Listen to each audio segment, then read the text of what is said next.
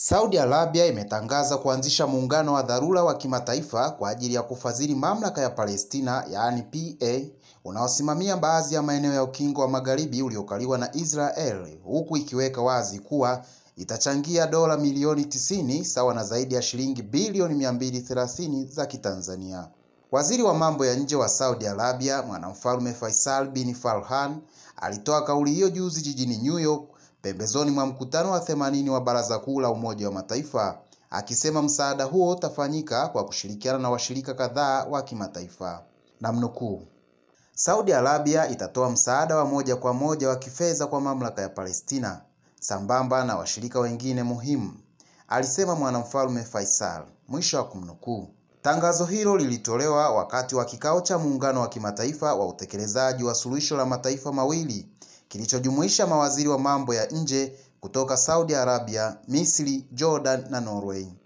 Waziri wa mambo ya nje wa Misri, Badri Abdelati, alisema nchi yake ipo tayari kwa uwekaji wa vikosi vya kimataifa Gaza chini ya uamuzi wa Baraza la Usalama la Umoja wa Mataifa ili kusaidia mamlaka ya Palestina kusimamia eneo hilo. Aliongeza kuwa kumekuwepo na makubaliano ya muda ya uongozi wa Palestina katika Gaza bila ushiriki wa makundi ya kijeshi, ingawa kufafanua kwa kina namna yatakavyotekelezwa.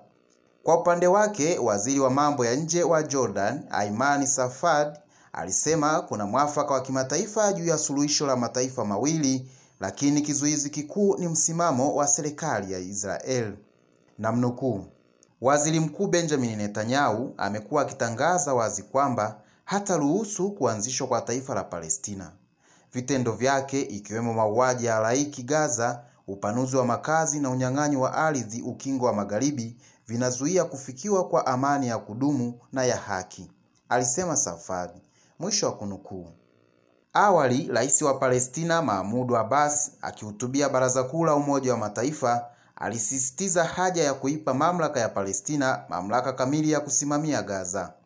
Alisema PA, yaani mamlaka kamili ya Palestina, ipo tayari kuchukua majukumu ya kiusalama na kiutawala, ikiwa ni pamoja na kulivunja makundi ya kijeshi. Wakati huo huo, Rais wa Marekani Donald Trump amewasilisha mpango wa vipengele 21 kwa viongozi wa Kiarabu na Kiislamu jijini New York, ukiwa na lengo la kumaliza vita vya Israeli dhidi ya Gaza. Mjumbe wa Marekani Mashariki ya Kati Steve Witkoff alithibitisha uwepo wa mpango huo, lakini hakuweka wazi maelezo ya kina.